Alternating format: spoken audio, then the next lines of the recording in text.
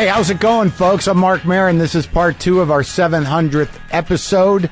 Non-celebration, but amazing conversations. I hope you listened to part 1 with Julia Louis-Dreyfus. And now part 2 was sort of a surprise conversation. I knew I was going to talk to Louis, but I didn't know I was going to talk to him for an hour and a half or so. And so we now have this amazing talk. There's no ads on this one. It's just me and Louis talking about Horace and Pete. And I watched them all. There's nothing really like it.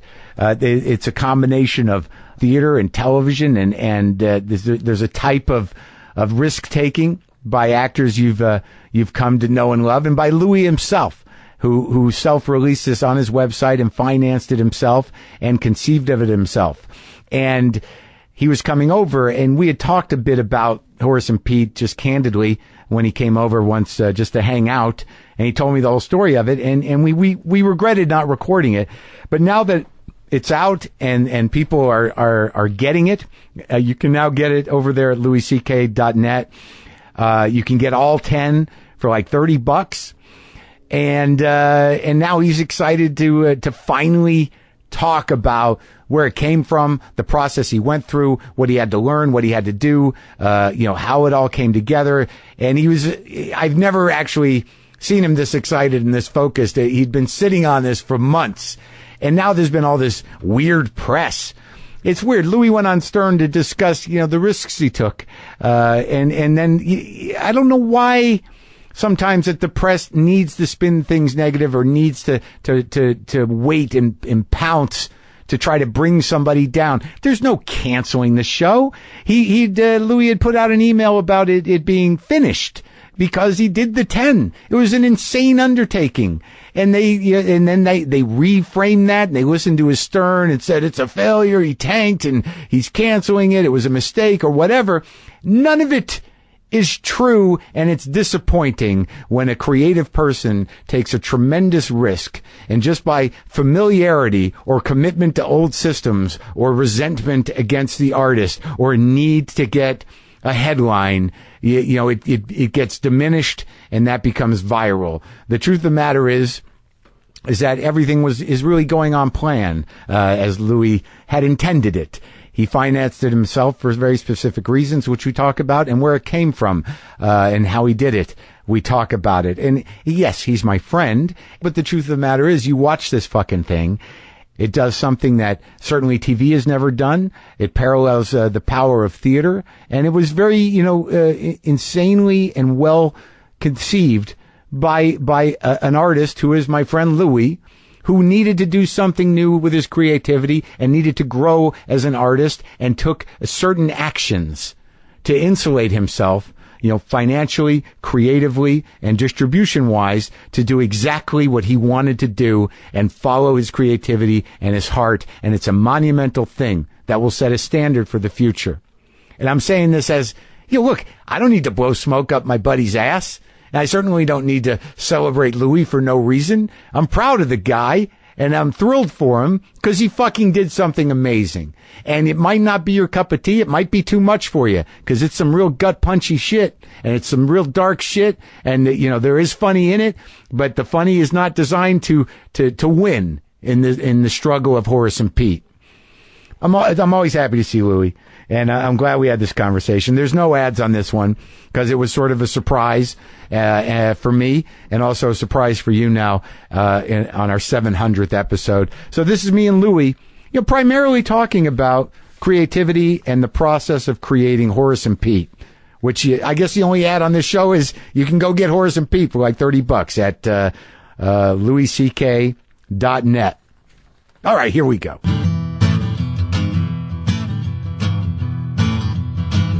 Louis, first of all, welcome to the 700th episode of my show. I don't know if you knew that was going to happen. You didn't. No, why would I know? No. I didn't prepare you for that. I'm putting you in the position to celebrate me and my success for a few minutes. This is the 700th episode. You keep having to say it both ways. Well, is that proper to say it's the 700th episode? Sure, I think it is. Yeah. And I'm excited you're here, but it was a surprise coincidence. And Yeah. Well, thank you. Well, maybe congratulations. Thank you. Yeah, let me say that before you say thank you. No, I thought I would set it up like this. If I go like, I really appreciate you coming and doing my 700th episode. That means a lot to me. I'm glad you were able to make time. Like it was planned. Right. No, listen, I'm very proud of you. You've done, I don't think you can do anything 700 times unless it's working. No. You know what I mean? Well, do you think there's 700 of anything that was just shitty? Shit? Yeah. Oh, yeah. Well, plenty of thousands. Yeah. Trillions of most things. Yes, that's right. Boy, you fell down those stairs fast. Yeah, I am very proud of you Thank you, because man. This is a very meaningful thing that you do.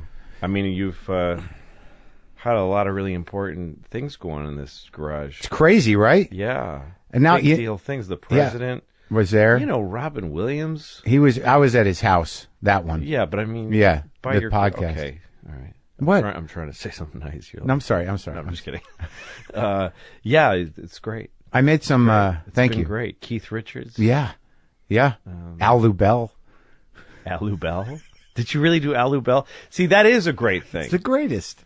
The people that you've brought together under Sure. one thing. It's really something, man. Yeah, I mean, they've all done it. They've all. Yeah. You know, it's weird. I actually had some notes that I left inside. Hold on. Okay. He's actually leaving. Weird shit on the mic when I'm not there. He just left the garage. I'm alone in the garage. He left. He's in his house. And, okay, I'll play his song, I guess. Okay. Well. I remember when you played guitar publicly. I can't talk today. At the Montreal Comedy Festival. I'm really fucked up. My brain's fucked up. You remember you did Cunty McShitballs? That's right. Cunty McShitballs. And I was like, what? Wait, why is and everyone loved it. It's the only time I ever played guitar on stage, I think. And I witnessed it. Yeah, people went crazy. Right. Yeah. And you'd brought your guitar to do it. I remember. No? I did? Is that possible? No, I wouldn't have taken my guitar to That was the night in Montreal where Bob and Dave did the farting Gary thing, wasn't it? Farting Gary. Yeah, everybody was there. Yeah. Dom Herrera was the host.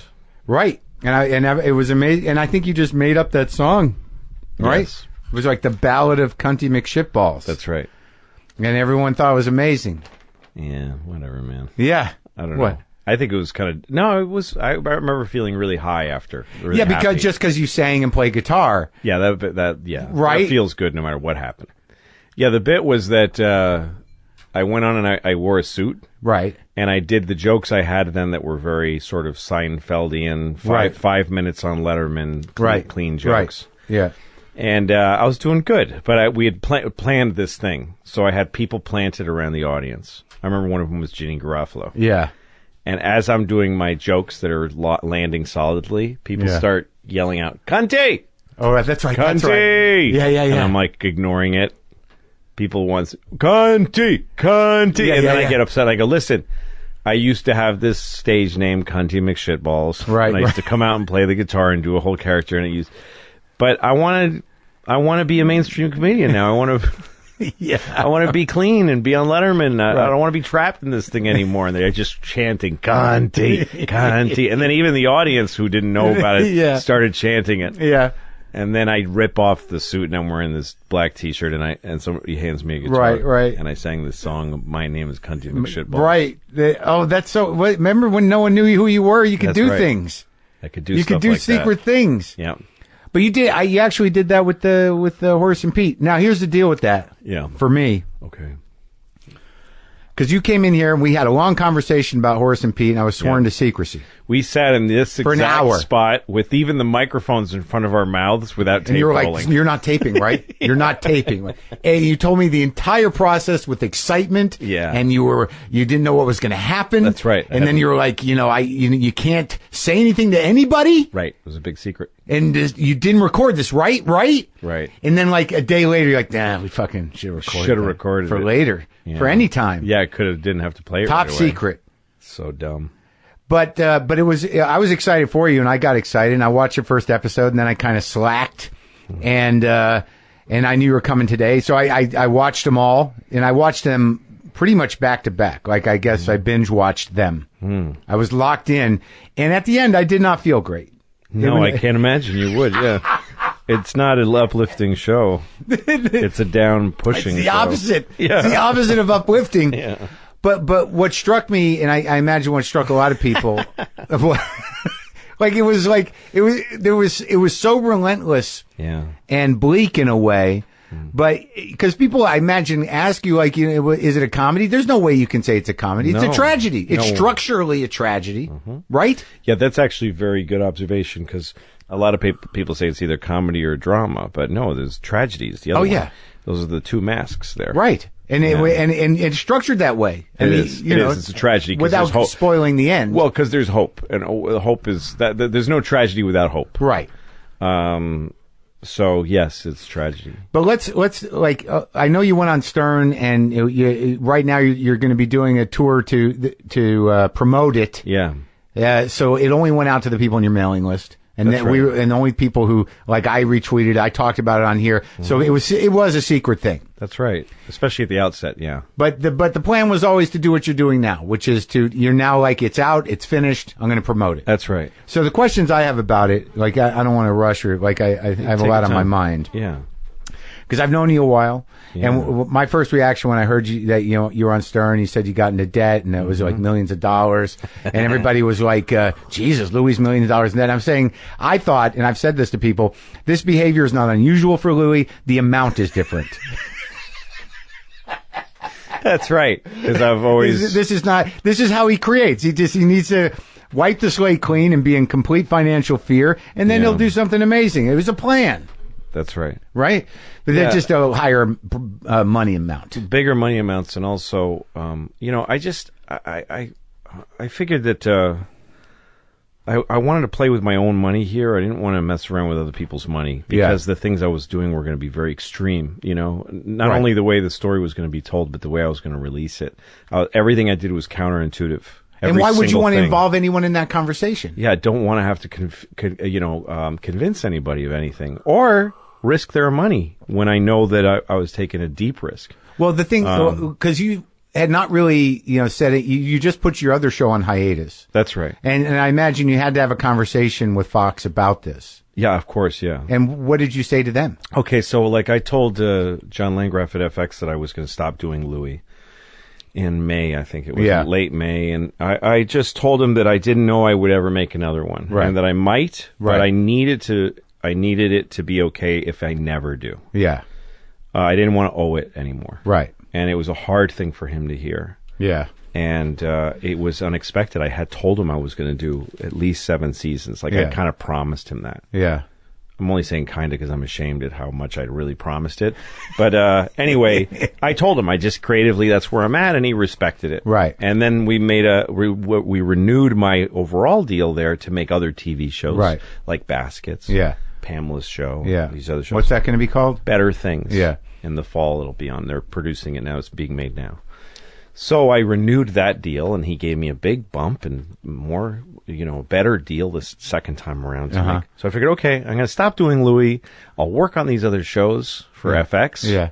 And see what else comes to me, you know? Yeah. So I did that, and then the summer happened, and I really cleared my head. Yeah. And I'll tell you about this sort of why I made the show, but you asked one question, so I'll get to that. Once I decided I was making this show, Horace and Pete. How realized was it in your head?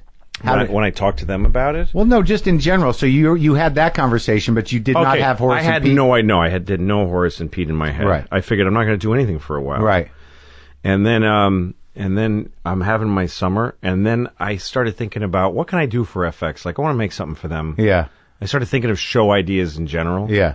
One of them I thought of was Albert Brooks and me doing the animation thing. Show. Yeah. And we're working on that. And then I started thinking about just shows I like and things. And I watched a thing called Abigail's Party. Yeah. Abigail's Party you can watch on YouTube. It's like the only place to see it now. Yeah. Michael Lee, the filmmaker from Genius. England. Amazing filmmaker. Oh, yeah. Largely an improvisational filmmaker. Is that true? Well, a lot of his movies that are like real, like Secrets and Lies. Secrets and Lies, and there's so many that were so good. Incredible movies. Even Mr. Turner, the more recent one that nobody gave a shit about. Naked? Naked. Oh my God. So he was a playwright in the 70s. It's like he had this whole other great career as a playwright in the 70s where he wrote plays. That's writing. Right. He wrote a play called Abigail's Party. Uh-huh. And all it is about 4 people in the suburbs of London or wherever in England. Yeah. They're neighbors. Yeah. They don't know each other, and they have drinks. Yeah. 2 hours Yeah. of one scene. 4 people and having you watched drinks. a production of the play? Well, what it is they did a TV version of the play, and this was 1973. So it looked like All in the Family, any show that was shooting back then, Maude or something. Right, but not unusual for British. I mean, they did a lot of theater. They did stuff like that. I think they did Pinter stuff. Right, yeah, Playhouse 90 or whatever it was. Right, and but so it looked like a sitcom in that it was shot multi-camera. You could tell there was somebody live switching the cameras. Right. And you have 4 characters talking. Audience? No audience. That was the thing, and it was funny. Right. I was laughing out loud, and there's silence. Yeah. But it's not silence. It's like it's a sound stage. There's a living feeling to it, and it's performed, and you feel that you've seen a whole performance that never changed. You utilize that a lot in Horace and Pete. That's right. So when I watched that, I was like, this doesn't exist in the American TV diet. It doesn't exist anywhere anymore. No, but here's the thing. Even Playhouse 90, the way that was produced was they'd take a play, like a known play, right? You know, Eugene O'Neill or something or whatever, and they'd take a known play. And they would rehearse it for whatever, probably weeks and weeks, and hash it out the way that they take a play and they dissect it, whatever they do. I've never been part of that process, but I know it takes a long time. Sure.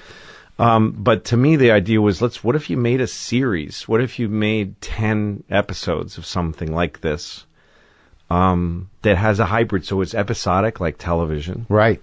But the medium feels like a play. And yet also like a sitcom because it'll look robust the way a sitcom, multi-cameras, a decent set. I started thinking of this, right? After I watched Abigail's Party, and I just started turning on like my whole body. I got so fucking excited. Now, had you had conversations with theater people? Had you met Annie Baker at this point? I hadn't met Annie Baker. What happened was I think you just emailed her. I saw the play. The flick or the other one? The flick. Yeah. The only one of hers I ever saw. And then you told me you had her on your podcast. Right. And I was like, oh, I saw that play. That's a great play. And I thought I should reach out to her because I want to learn something from a playwright about this thing. Sure. But I think I was already working on it at the time. I don't remember where I was. I don't know where I was in the process. But anyway, I started thinking. I knew what I wanted it to feel like. Yeah. And I knew the idea of something that looks like a sitcom, the way a sitcom feels theatrical. Right.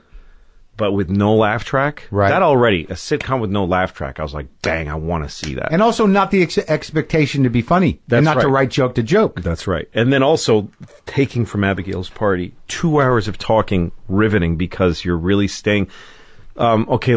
single camera movies, they move on the cuts. They move on a big music cue. Yeah. Or a camera movement. Right. Or the ability to jump in time and space, which is something you weirdly take for granted in movies. Well, not unlike your show. Right. Luke, on my show, you're talking to a guy, you're watching a guy talk, and then within the same second, you're seeing something in another time and place. Right. That's what moves single camera. Yeah. Is the editing and the cinematography. Mm-hmm. In stage plays or in multi-camera worlds, no time jumps. No, really. you move on the dialogue and on on a moment, a person's mood shifting in front of you, in front of the audience. Yeah, someone saying something to somebody else and that changing. A piece of news being revealed. A person entering the room. And also something accumulating, penting up for a long time. Yeah. I never played with this kind of shit before. Right. I never did it before, and I got so excited by it. And when I saw the flick, I remember nothing happens in the flick. It's 3 people that work in a movie theater. One set. And they just talk. Right. With about big life. Pauses. And sometimes about each other, long pauses. She writes them in. The pauses. If you look at her script, it's she has a glossary of pauses. That's amazing. Like what they mean in the script, how long each one should be. I think there's 3. Mm-hmm. Yeah. Well, she was doing something that I had never seen before, and I took my 14-year-old daughter to see the flick. Yeah. And she's 14, and she watched. It's like 4 hours long. A few hours, yeah. And 2.5, maybe. I think it gets up to 3. Okay, maybe, yeah. So why did I say 4? But it's okay. About 3 something.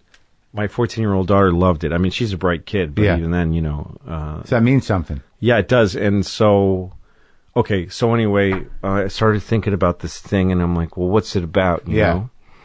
And my buddy Dino Stamatopoulos was over, and he and I had talked about doing a show in a bar someday. And I thought, like, a bar is a good idea for a sitcom. Yeah.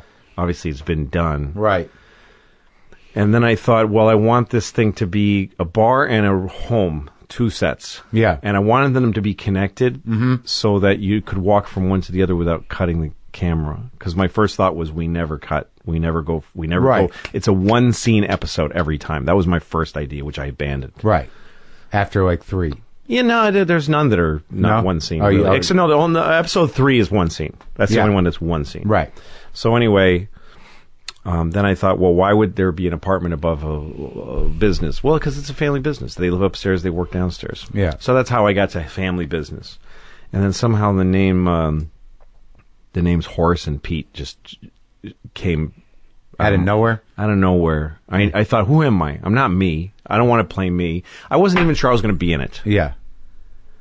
And then I started thinking about things like, I could do an episode that's 3 hours long. Sure. I could do an episode that's 10 minutes long. Right. I could do whatever I want, not on television, not on FX. I started testing this idea against everything that I'm required to do for FX, what their needs are, which are not, those are their needs. Right. The ad breaks. Yeah. Forget it. And you can't do it. Intermissions whenever you want. Right. But on this show, if I had to do an ad break every 5 ad breaks, forget it. Having one episode that's an hour and another one that's 30 minutes, big problem. Right. Not as big on FX as than anywhere else, but still a problem. Right. The language, cunt, nigger. I mean, I just knew I was going to fly around. Yeah. So I thought, and also, then the main thing, I didn't want to promote this show, and I didn't want to give the audience a big head start. I didn't want them to smell it before they got to it. No expectations. No knowledge at all. No knowledge or expectations. Right. That, forget it on FX. Forget it. So I look, and I realize, well, in my overall deal, I've got an out. I can do something on my website. It's the one place I can do something else. Right. But that's because they think it's going to be a stand-up special or, a cooking show with me and my mom. I mean, what would I do? Right. And at the time... It's a website. Yeah, and when I started to conceive this, I thought, this will be little. Yeah. And then I thought about a TV studio that I worked at for my show. I shot these David Lynch episodes in a TV set that's in the Penn Hotel in New York City. Oh, when he was the network, the late night guru guy. Yeah. So I remembered that studio, and I thought we could shoot there. And I went a little crazy. I called my producer Blair Briard, and I said, "Find out if the Penn Hotel is available for January." And she said, "Okay." She called back and she said, "It is, but we're going to have to put. If you want it, you got to put a deposit down. Whatever it was, $200,000." Yeah. I'm like, do it. Just put the money down now. I didn't have anything written. I didn't know who's in the show. Nothing. I said, grab the studio. But here's the thing. You wanted incentive. I'm smart. Because it was incentive. But since I took the studio, about 5 different productions offered us money to walk away from it. Because studio space is rare in New York City. Right. So I could have just speculated and made a profit on that money. They would have paid the rent and given me like $50,000 just to walk away from it. But as it turned out, we wanted the studio. Okay. So... then Steve Buscemi called me. Yeah. We're friends. Out of nowhere? He and I did a benefit together for the mayor, this Made in New York thing. And he was a firefighter, and he is very active in 9/11 charities. Yeah. So I asked Steve one day, hey, if you ever give me an opportunity to help, Yeah.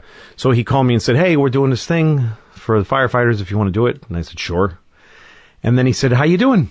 And we'd never really chatted. I'm like, oh, I'm all right. What are you doing? Boardwalk Empire's over. Just sitting around. I'm like, oh, well, I'm doing all right. I'm writing something. We hung up. Yeah. And then I called him immediately back. I said, hey, do you want to be on a TV show with me? Yeah. And he's like, maybe. And I said, meet me in New York tomorrow. Yeah. And I drove into New York. Yeah. He came into the city from upstate. Yeah. Were you out on the island? I was out on the island. Yeah. And I said, I had the names Horace and Pete in my head. That's all you had? Yeah. And he said, and I knew it was a bar, Yeah. and it was a family bar. It was starting to come together. Yeah. And I said, I think maybe you're my brother. Yeah. And he said, yeah, I like that. Sounds good. Yeah. He said, I want to do this. I explained to him what I was at, and I was like, it's for my website. I'm going to do it very cheaply. I'm not going to tell anybody about it. Yeah. I said, if you get another project, you can just tell me you can't do it. Yeah. And he was like, okay, I want to do it. And I said, if you want to have any ideas, you can tell me what they are. Let's just try to start doing this. So he said, okay. And then I thought, we're Horace and Pete. And once I saw him and me as brothers, the lineage of the bar came to me really fast. I was like, it's a bar called Horace and Pete's. Yeah. And it's always been in the family. I like that idea. Yeah. But if we're Horace and Pete, why is the bar called Horace and... Well, because it was always called that. Generations of Horaces and Petes. I like that idea so much. So that's all you got so far. So I got the ideas, and I kind of know what I know what I want it to be. And then I saw a picture of Edie Falco in a magazine, just like one of those close-up of her whole face taking up the whole page. Edie Falco has stopped. Nurse Jackie is over. Like Boardwalk Empire is over. HBO's #1 drama guy just stopped, and I got him now. Yeah. I've got him. Yeah. Edie Falco, Nurse Jackie, Showtime's #1 comedy. Yeah. Just ended. Yeah. She says in the interview, I love episodic television. It's my favorite thing. I don't like movies. I like TV. Yeah. And I'm not looking for new work. I'm going to see what happens. And they asked her, would you ever be in a comedy? And she said, no, because comedies don't run deep enough. Uh-huh. And I looked at her face in the magazine and I said, you're going to be on my show. I said it out loud like a psycho. And so then I wrote her I started writing. There's always the big test is, does it right? Yeah. I've had a million ideas and I sit down and nothing comes. So I sat down and I wrote the first episode and I got this. Oh, the other idea was Does it right? Does it right. That's the way I look at it. Yeah. So I thought about the other idea I had loosely years ago was Joe Pesci should be in a sitcom. That was another idea I had. Joe Pesci should have a sitcom. And you met him, right? Well, this is before I'd never met him. Right. And so I created the character for him being Uncle Pete. Yeah. And then I thought Jessica Lange, I sit next to her a lot at award shows, so I like Jessica Lange. So I mentioned her just coincidentally. Yeah, well, because we're both FX people. She was on Horror Hotel. So I told Steve Buscemi, "What about Jessica Lange?" He's like, "Yeah, I like her. She's great." Yeah. I thought about Adie Bryant because when I'm on SNL, she's my favorite cast member. They're all great, but she's great. So I just sit down and I put all these people in this bar. And I open the bar in my head. Figure out who they are. You don't really know who they are yet. I know that we're brothers. I know that she's our sister. I know he's our uncle. Okay. I know who everybody is. Yeah. And I just open the bar in the morning. Yeah. And I just start writing what happens. And I just have us saying just shit to each other. I talked to Steve about his character. Yeah. We had approached the idea that he's a guy who needs medication. Uh-huh. And that he's writing that line and it's painful for him. And without it, he's in a violent place. And so I start writing and the voices are very fucking real to me. And the place feels very real to me. And I just, it got really intense really quickly. Yeah. And Uncle Pete comes in and he's hilarious to me. And I'm just writing and writing. And then Sylvia walks in. It's like it was happening and I was like a stenographer just taking down notes, you know. And the first episode just was a very, I don't know how to describe it. It was like an eruption, you know? Right. And I finished it, and I was like, God damn, I really love this. And you grounded everybody. The first episode, the characters are deep. They're three-dimensional. Yeah. And they live in the place. That's right. It all happens that first episode. That's the other right. characters come in, but I think the sister, the daughter, the brother, the uncle, and you... primarily. That's right. You're dug in. Kurt's there and Steve Wright's there, but they're Kurt and Stephen Wright. Nick. Yeah, he's Nick. Mm-hmm. A little less than Nick. That's right. And I thought, well, there's a lot of things happening in this episode that don't feel like good first episode of a TV show ideas. Like everybody starts really yelling at each other. And there's a very intimate... This is why you're writing. Yeah. This is a very intimate and private... conversation and a fight inside of a family. Yeah. And if you don't know these people, this family it's asking a lot of people to watch them in this kind of conflict. Immediately. Yeah. I'm not saying a lot in the way of introduction about each person. And every time I thought of something like that, I thought that this is what happened in this show for me. This feels real, and it's okay. And I've got 10 episodes to explain everything. And if people need to be told and fed everything right away, they'll go away, and that's okay with me. Right. This feels right. Right. And so I just kept writing. And at the end of the first episode, I thought I didn't explain Horace at all. I really got Pete. Well, Horace didn't do anything. And I thought to myself, I have a feeling Horace is never going to do anything. And this is your character. My character. And I thought, when I thought of my character, I thought I did the thing of playing a divorced dad who's really showing up for his kids. Yeah. You know what I mean? Yeah. That's your phrase too, because when I had kids, you were like, you said to me, you're doing great, because I'd had kids for a while. Right. And I said, yeah, I'm a dad. And you said, yeah, but not all of us thought you were going to show up for this. And I realized that showing up is like an active. For a man, showing up as a father is an act. It's a choice. Yeah, for a woman, it's a default. I mean, that's culturally, speaking. But so I thought I played that guy who showed up for the kids and stayed in divorce. And I want to play a guy who makes terrible choices and is a mess. Somebody who's distant from his children, who blew it with his kids. And also, the one thing I noticed throughout this whole thing, knowing you for as long as I have, is that, holy shit, this is unique. Louis listening a lot. That's right. I also wanted to sit and listen to people. Right. I wanted to be somebody that people listen to. And I don't mean that as an insult, but I mean, but it's not that's not your natural way. It's not. That's right.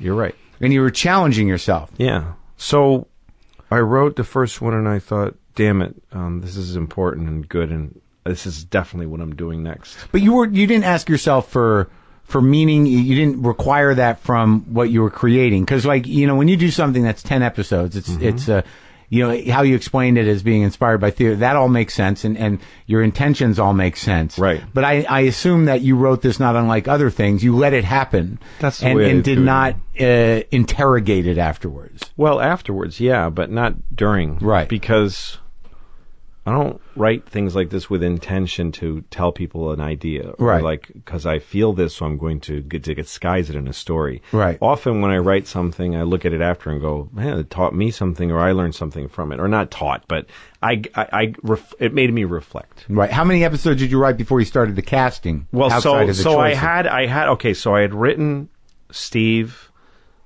Steve was in. Mm-hmm. I had started to try to get Joe Pesci to do it. I went to his house. You did? I went to his house in New Jersey. Now you're at a level now where people are like, you're a guy. I can get folks on the phone. Yeah. Yeah. So you go to Joe Pesci's house. I went to Joe Pesci's house, and that must have been great. It was one of the greatest things ever. Yeah, it was really great. And by the time I wrote, I think I'd written 2. And this is for Uncle Pete. Uncle Pete. Yeah. I'd written 2. Yeah. And I started to know where the show was headed. Yeah. And I started to know everyone's backstory. I started to understand the family. I really knew them. And yeah, I didn't have this sense of I want to say this about people. Right. I did tell myself before I started writing, something I want to think about when I write this show is that there's a tension inside of everybody between the safety of being alone and wanting to be with other people. That when the closer you get to other people, you get a warmth of community. Yeah. But you get scared. Yeah. Because they can hurt you. Right. Or you can hurt them and let them down. Which is just sometimes worse. And sometimes you don't have control over either of those things. You never do. Yeah. Yeah. And then but the safety of aloneness is despair. It's very sad. Yeah. So I always feel myself moving to the person, away from them, move to the or towards myself, away from myself, towards myself. And that there's something interesting about that, and that a family is that, because a family you have no fucking choice. Right. And a bar and a family are the two opposite sides of that spectrum. You are fused to your family, but a bar is a way to be around other people where you're not with them. You don't owe them anything. Yeah. And I started going. It's also an escape. Yeah, that's right. That's right. From your own actual life. Yeah. And also it's a place where intelligence and things get compromised. I mean, you're serving people liquor. So that's right. So naturally, there's the slippery slope of what's revealed and why people are there and all that stuff. And that's right. Some of that you don't even have to speak to, and I don't necessarily think you did, but most of the people you covered. Yeah. So I started thinking about stuff like that. I started going to bars. Yeah. To see what it's like during the day drinkers. Like at 1 PM, I'd go to a bar. I went to McSorley's in 7th Street, which was really interesting because that's been in the same family since the 1800s. And so I learned a little bit about that if I talked to them. Right, and the convict actually, in the later episode, had worked at what was McSorley's. Yeah, probably, right? Right. So most bars I found, they just have the music on and nobody can hear each other. This conversation at night? of people talking to each other during the day, they just have the fucking music on so that people can talk privately and no one can hear each other. Right. And that was kind of disappointing. I couldn't really eavesdrop on anybody because everybody was, But you could feel it. I could feel what it was like, and also sometimes somebody's at a bar and there's people with them that they're strangers. Yeah. And they'll go like, my dad raped me and now I work in finance, and people just kind of shrug, because it's anonymous, It's not Alcoholics Anonymous, it's Alcoholic Anonymous. Yeah, you know what it's I mean? active, like it's bar behavior. Yeah. That happens. Yeah. So I got interested in that idea, and then I thought of this thing of like, hey, if we make the show every week, we could throw it up really if we do this multi-camera, if we can learn how to make a good line cut that you can live with, we could throw the show up like the week we did it and talk about, there's about to be an election year. I had no idea what kind of an election year we were headed for. Right. When I was writing it, I didn't know what the fuck this was going to be. Yeah. Anyway, so all this was scrambling around in my head, and I wrote a second episode. Yeah. And now I'm just walking around thinking about Horace and Pete all the time. And every time I finish writing, I'm very emotionally wrought. Like it was affecting me. Yeah.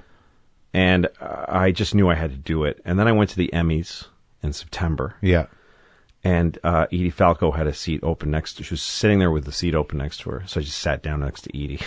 And I said, hey, we've met just hello a couple of times. Right. I said, I'm writing a TV show. I want you to be in it. It's me and Steve Buscemi. And she said, sure. Like, like, please go away. Like, I was freaking around a little, I think. I said, well, how can I get you to read it? And I said, I don't want to talk to your agent. I don't want to tell anybody it exists. It's a secret. And I'm not going to ask you to promote anything on the show. I just want you to do it. And she said, okay, well, she gave me her address where her mailbox is. Yeah. And the next, when I got home from so then I turned around and there's Jessica Lange standing there. Yeah. And I asked her the same thing, and Jessica was like, yeah, I'll look at it, sure. Yeah. Everybody was down. Yeah. And then when I got home, I gave, I made an envelope with the scripts, just like the old days, you know? Yeah. Put my phone number in it and wrote her a letter, dropped it at her mailbox place, said, this is for Edie. She said, just tell them it's for Edie. Yeah. Gave it to her, gave it to them. 2 days later, I got a text that said, hi, this is Edie. I'm in. When do we start? She's just like, I want to do it. And I was like, really? She said, yes, you absolutely. Sent her 2 scripts. 2 scripts. She was like, I'm doing this. And then I had lunch at Cafe Reggio with Jessica Lange. Yeah. And she said, well, I hope you do more with her, the character, but I'll do it. Right. Because I'd only written a little bit for her. So now I've got Jessica Lange and Edie Falco and Steve Buscemi. Totally committed, although just verbally, to do the show. And then Joe Pesci passed. And what was it like hanging out with him? Joe was, he's a very raw human being. Yeah. He gave me a cigarette. Yeah. And he goes, don't ever let anybody tell you these are bad for you. That's a fucking lie. He really thinks it's a lie that cigarettes are bad for you. And I spent time with his family, and he takes care of them. He's a caretaker kind of a guy, but he's also fiercely protective of his privacy. He doesn't like being famous. Yeah. And he's a good guy. I mean, all I know is my time with him. I had a great time at his house. He's really hosted me nicely. Gave me a lot of advice, very paternal advice. Talked to me about the character at length of Uncle Pete. And it eventually passed and said, you can have everything I've said to you. And Did it help you? Yes, there's a huge monologue in this show by Alan Alda, who plays the part I had written for him. That is, Joe said that to me about going down on a woman, about oral sex. And I just couldn't believe it. When he said it, I was like, Joe, that's going to be in the show. And he goes, yeah, you can have it. And I sent him, after he said no, I still sent him a couple of scripts, and he would call me, and he'd go like, listen, you fuck. Like, he called me one day, you dummy, you're going to write Archie Bunker again? This fucking character has no depth. He's a fucking idiot, and it's been done. So are you going to listen to me? I'm like, yes, Joe, tell me what's wrong with Uncle Pete. And he'd tell me stuff, and I learned from him. It was great. Anyway. So how many people do you go out to before you get Alda? How'd that work? Okay, after Joe, I went to Jack Nicholson. Jack Nicholson. Just because you felt like it? I met him at Lorne Michaels' house. Yeah. And Lorne's been very nice to me over the years. And Did he know about this project? Yeah, he did. He begged me to get financing from somebody. But I said I can't. He's like, no one's going to congratulate you for paying for it. No one. And I was like, I know. I just don't want to have to talk anybody into the shit I'm doing. Yeah. And he's like, they'll just give you money. There's people who just give you money. I'm like, I don't want to do it. He's like, all right. But so I asked him for Jack Nicholson's phone number, and he said no, but I'll pass something on to him. So he gave him the scripts. Yeah. And Jack called me and said no. But when you got that I call? get personal no's now. That's where I'm at. Right, but your phone rings. My phone rings, hello? and this woman says, I'm looking for Louis C.K. I said, who's this? I'm calling for Jack Nicholson. If it's not you, I'm hanging up now, or something like crazy like that. And I was like, yes, it's me. So Jack comes on and he just says, I just wanted you to know the writing is terrific, but I'm not going to do it. And I was like, oh, well, can I convince you? He's like, you know what I did today? I went out to the tree in my yard and I sat under it and I read a book. And when I was done, I went back inside. And I was like, all right, it was nice talking to you. But anyway, we chatted for a while. But he said no. And then I thought of Christopher Walken. Right. And his agent is also Edie Falco's agent. Yeah. And Edie's agent had been sworn to secrecy. I'm really impressed, by the way, with all the agents of everybody. These are all Hollywood agents. None of them told anybody about the show. Yeah. So Edie's agent, Tony Howard, gave the script to Chris Walken, who said that he really liked it, but that he thought it was too easy for a guy like him to play this part. Right. He's done guys like this. Yeah. He said, tell Louis, why don't you get somebody who you would never expect to do this? Yeah. And I'm like, yeah, I could see that. And she said, how about Alan Alda? Said Tony Howard. And I said, I don't think so. She said, why? And I said, I think Alan is the greatest. Yeah. But he's not right for this. And she said, well, meet him or let him read it with you. I go, I'm not going to do that to Alan Alda. I either hire Alan Alda or I leave him alone. Yeah. She said, Alan loves to work. And I'll give him the script. Just let him read it. So she's doing an agent's job. Yes. Yeah. So he read it. And he wrote me an email. And he said, I really love the material. I'd love to talk to you about it. And if it's not right for me or I'm not right for it, I'd love to find that out as quickly as possible. Right. But let's talk. Yeah. So he came over to my house. Yeah. And he's a great guy. Yeah. And he's really serious and into his work. He's a real artist. Yeah. And I'm trying to see Uncle Pete in him. Yeah. I was like, so how would you play it? He's like, I don't think about it that way. I don't intellectualize it. I just start doing it. Like, he wouldn't tip his hand. Right. And I was like, fuck. How's this guy Alan Alda going to go, cocks is niggas and piss ants? Like, what? Yeah. No, it's not him. Alan Alda's not that I'm like, guy. he's not that guy at all. It could be a huge mistake. Yeah. But then I'm looking at him, I'm like, Alan Alda's in my house. Yeah. I love every single thing he's done. Yeah. Everything. Yeah. And he wants this. Yeah. So I said, let's just do it. And he went, really? I said, yeah, I want you to do it. He said, are you sure? I said, yes. Yeah. And he left. And then Tony called me and said, Alan's concerned. He says you gave him the part, but he doesn't think you really want him to do it. I said, I want him to do it. And so, anyway, I'm talking too much, but I had all the big four. Yeah. Steve, Edie, Jessica Lange, and Alan. Had him cast. But you hadn't done a read-through. At this point, I had read four. I had killed Uncle Pete. I hate to give a spoiler, but I'll do this one just to tell the story. Yeah. I killed him in episode 4 so that Pesci would do it, because he said 10 episodes was too much. Yeah. And after Pesci walked away, I was like, 4 actually makes sense for him. This makes sense for the character. This character being such a looming figure, and then dying is a huge, great thing to do to who's left. Right. Nice void. Yeah. Yeah. Voids are fucking great for tragedy and drama. Yeah. So And then Alan was going to Australia right after episode 4. We already had it scheduled at this point. So it worked out. Okay. So now I realize, and meanwhile, the FX deal that I've been putting together, where I'm about to sign it, it's final. They're being really nice to me. Yeah. Generous amount of money, really decent terms. Yeah. And I realize this is not a little webisode series. Yeah. You've got 4 major actors. 4 huge actors. One of their Emmy Award-winning actresses, Jessica Lange. And that's not on FX. Yeah. And I'm about to sign this deal, and I'm in it. Yeah. And I just walked off of the air on FX. And you got to tell them. I was like, this is fucked up. I legally don't have to tell them, but there's no way. You want to have that tension. I can't do it. Yeah. And it was so, I mean, my stomach lining is just, I'm just shitting it out. And I'm like, I gotta have this conversation. I had it many times in my head. Yeah. And I thought, God damn it. There's no good version of this. Yeah. You know, at one point you start trying to say, how can I say this? And then you go, this is no good way to say it. Right. Because I have to make the fucking show. Right. And I have to make it this way. Yeah. I have to make it. I'm not telling anybody. Right. This is all the only way to do it. So I called John Landgraf. And I said, listen, man. I said, I'm about to sign this deal with you and make it final. Yeah. I need you to know about this before I sign the deal. I didn't ask him, can I do this show? I said, I'm making this show. Yeah. But you need to know it before we sign the deal. Yeah. And I realize that this is really disruptive, but it's creatively what I believe in. Uh-huh. So I don't have a choice, and I want it. I want to do this.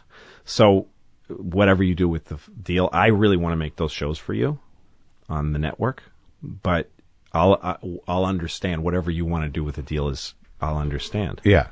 I hope you decide to sign the deal. Yeah. But I can't have you sign it without knowing about this. Yeah. So he said, well, this is a lot you need to give me some time to digest this. But you didn't tell him about the show. Oh, no, he asked me what's the show about. Yeah. Because I think he wanted to know that I wasn't doing just Louis on my own network. Right. And I told him it's about a bar and 2 brothers that own a bar. And that was satisfying to him that it wasn't the same ground. Yeah. And he said, all right, let me think about this. And then he called me like a few days later and he said, walk me through deciding not to do Louis and then deciding to do this. Like, just take me through. And I told him basically the story I just told you. Yeah. And he said, I don't want to get in your way, and I like the work we do together. So it's fine. And I was very glad that I did that. Yeah. Okay, so then I'm writing, and I've got more cast together, and we get the studio. We start talking about what the bar looks like. Yeah. The more and further I went into it, and I'm telling John Landgraf now everything. Like I told him I'm killing Uncle Pete. I'm telling him all this stuff. And after a while, I see him chuckling and going like, listen, man, I'm so glad you're not doing this on my, like, it just was like, why would he want to be taken for this ride? Right. And eventually he said to me, not only am I supportive of this, I'm rooting for it. Yeah. I love, and he was just into that I was doing things this way. Yeah. So, okay. Annie Baker, I called her, I wrote her an email. Yeah. And said, I really love your play, and I thought maybe I want want writing this. Because I want to write this with somebody. Yeah. And I also thought I'm doing this as a collaboration on stage. Maybe I could collaborate when I'm writing it. Right. So I wrote her and I said, do you maybe want to work on this thing with me? And she was in Iceland. She wrote back and said, hey, I'm a fan of your work, and let's meet. So we met. I gave her the first 3 scripts. No, the first 2. Yeah. And she loved them. And she said, this is really great. And I said, well, will you write on it with me? Like, be a writer on the show. And she said, I don't know if I can do that. And she went away a bit and thought about if she could write. And she came back and said, I don't think I can do that, like write for you on your show. Right.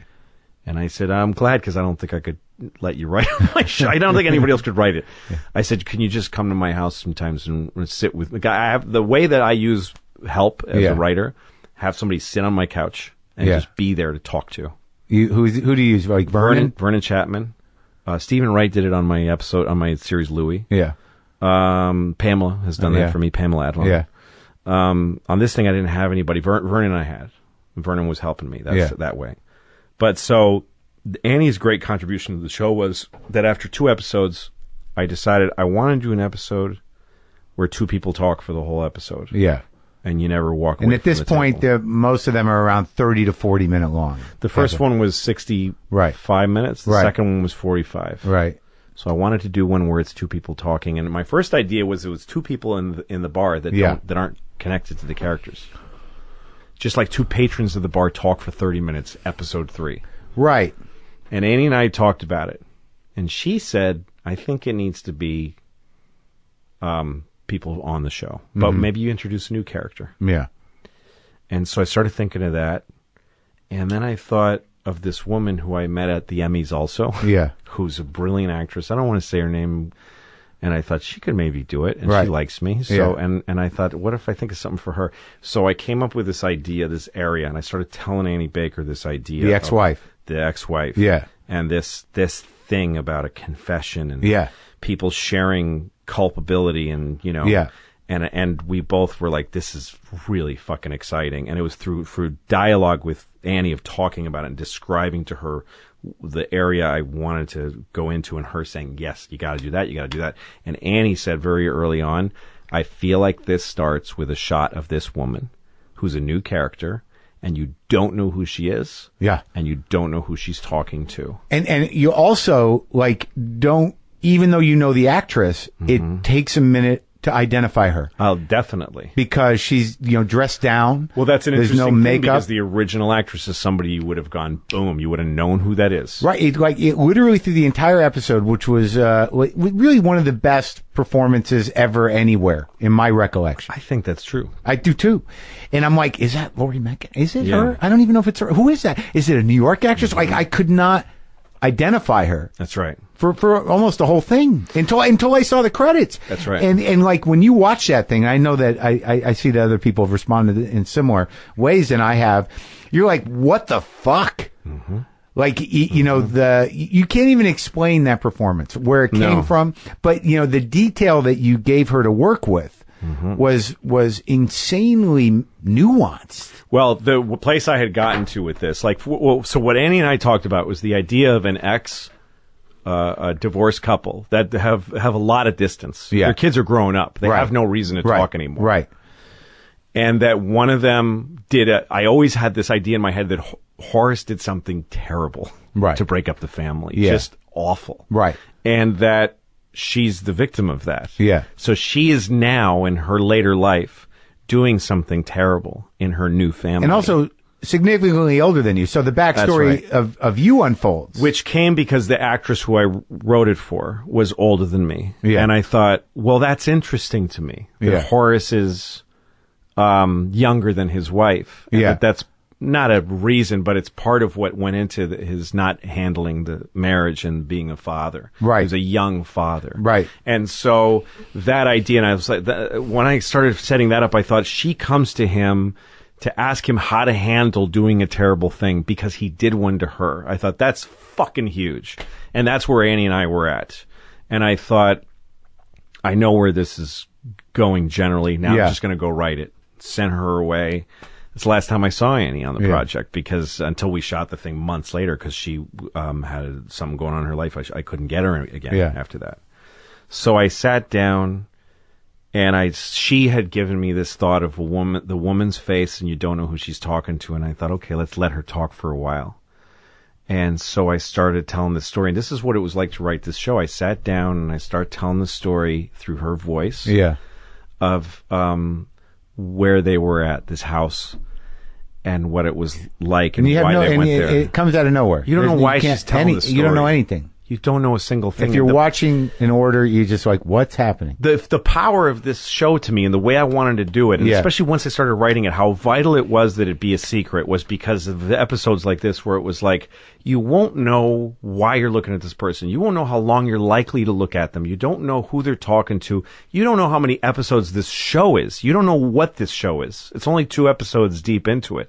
You don't know why you're watching it. I knew that people would call, like we had to, when I first put the show in the air, huge amounts of press called my publicist, who honestly said, I don't know what the fuck you're talking about, because I didn't tell him it existed. I wanted him to be credibly ignorant. He knew no idea.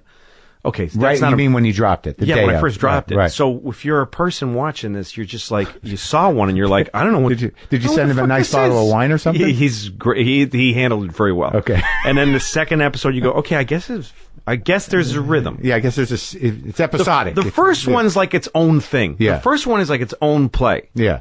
And then the second one is like, I guess we're going to watch these people for a while. Yeah.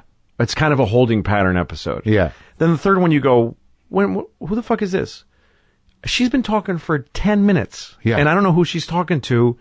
And I'm getting a boner from her story. And she looks really upset and nervous. I don't know why. All these things. The stirring up questions in somebody's head, exciting all their fucking brain with wonder and confusion. These are great feelings to feel from a TV show. Yeah. They don't exist because they want to land you safely in every single moment. Right, You know? right. So this was a great opportunity for that. So she's talking. I'm writing it, and I'm up on pins and needles because I'm watching the scene as I'm writing it. Not for Lori. No, not for Yeah. Lori, for somebody else. But I'm in my head thinking about this thing that she's laying there, and that he drives up. Yeah. And that she spreads her legs open, and that was an act. She didn't spread them for him. She spread them for her own luxury of aloneness. And that here he comes, and now what do I close them? Here comes this man, this old man, and I'm letting him look. And do I open my eyes? And every single little detail of that was freaking me out as I wrote. The brush on the wall, dude. What's that? The paintbrush. Yeah, the paint. I mean, that was like I lived all these moments as I was writing them. The paintbrush, and she's like trying to touch herself, and yeah. I'm like, and I mean, I was getting hard while I was writing it, yeah, and then I finally get to where Horace goes, why are you telling me this? And then the tension breaks, and she goes, well, you know, I never thought about what you went through during that time. And Horace is like, what the fuck? This is a funny way to bring this shit up. We never talked about it. We just broke up, you know? Yeah. And then I thought, go to the bathroom, Horace. Just go to the bathroom. Everybody calm down for a minute. And that's where I started putting intermissions in the show. So, right. Intermission. Yeah. Come back. All right. So, he starts telling her the real right, truth. and you're filling in all this backstory about Horace, who you've been watching. Right. Mm-hmm. And that's how you fill it out, by listening. That's right. And then by addressing it. But That's even right. all of your stuff is relatively minimal in terms of your vocal engagement. Yeah, I don't say very much at all. Right. But you cry, you react, you listen, and then the episode where you play your own father, that is a completely different set of challenges as an actor. Yeah. And also, like, what I always wonder about something this expansive is, are you considering the psychology of these characters? Like, when you look at Horace as an adult, do you from the get-go, do you believe he had an abusive childhood, or is that something you discover? Well, I think that there was an abuser, was the head of the household. Right. And that was the cycle of the family. And, I mean, I grew up with a dad who hit everybody. He just hit everybody. Yeah. And that's what a family was like when I was growing up. And the mother hit just out of desperation. Right. And the kids had strange relationships of trying to sort of comfort each other and stay away from each other and stuff like that. So I knew that was a backdrop. I knew that that's part of what drove these kids apart. Mm-hmm. And that's part of what drove Horace and Pete together. But even the detail of the Pete character's childhood with the glasses and the filling of the glasses. Yeah. Where the fuck did that come from? Okay, so like that you're establishing that he had mental problems early on that had not. It was a big deal to me that Pete had a mental that he had a disorder. Yeah. And I gave that a lot of thought. I talked to a guy who works in a doctor of abnormal psychology, to ask to just run some of this shit by him. Yeah. And he checked most of it. He said the stuff that you have, there's some that's accurate, and the stuff that's inaccurate is in the right ballpark and borrowing from other types of, you know what I mean? Like he said, it all makes sense. Right. So Pete, to me, that thing of Pete having this madness that he fights against, and that his nature is that he's just a good guy. Yeah. He's a caring guy. He's courageous. Yeah. He's vain, you know. When he says to his date, I know the left side of my face is handsome. You know, he's got a good heart and strong confidence as a person, but he keeps getting shattered by this fucking madness inside of him. And that's a really hard, terrible thing. It's just a bad toss of the dice. Yeah. And I don't think most people end up beating it in the end. Right. And I kind of knew right away when I was writing this, I think this shit's going to take Pete. I don't think Pete's going to make it. On some level, he's not going to make it. Yeah. And that was really hard because I really got I got so involved in these things. Every time I wrote an episode, I tried not to make phone calls or talk to anybody because I would start talking like the characters and stuff like that. But anyway, but about the glasses. So, when I wrote the last 2 episodes, I wrote the first 8. I just wrote them on a schedule, one after the other, because it was just coming out of me. Then I got to episodes 9 and 10, and I knew what they were going to be. I knew what was going to happen in the end.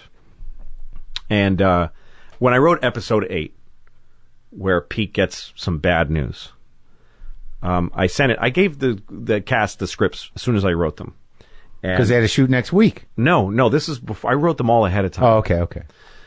So this is like in October. And now knowing you and knowing the stuff that you've taken chances on previous and some of it not being made, how impulsive was it? How much editing was there when you did a draft? Well, I would write. I don't do a lot of rewriting in my life at all. But I gave a lot of forethought. I thought very carefully about these things before I wrote them. Yeah. I worked harder on these scripts than I've worked on anything in my life. Yeah. I wrote the first 8, and then I sat down and thought out 9 and 10. Yeah. And when I wrote 8 and Pete gets this bad news, I gave it to Buscemi, who wrote me, and he said, or I think he called me, and he said, look, I don't have high hopes for Pete after reading this.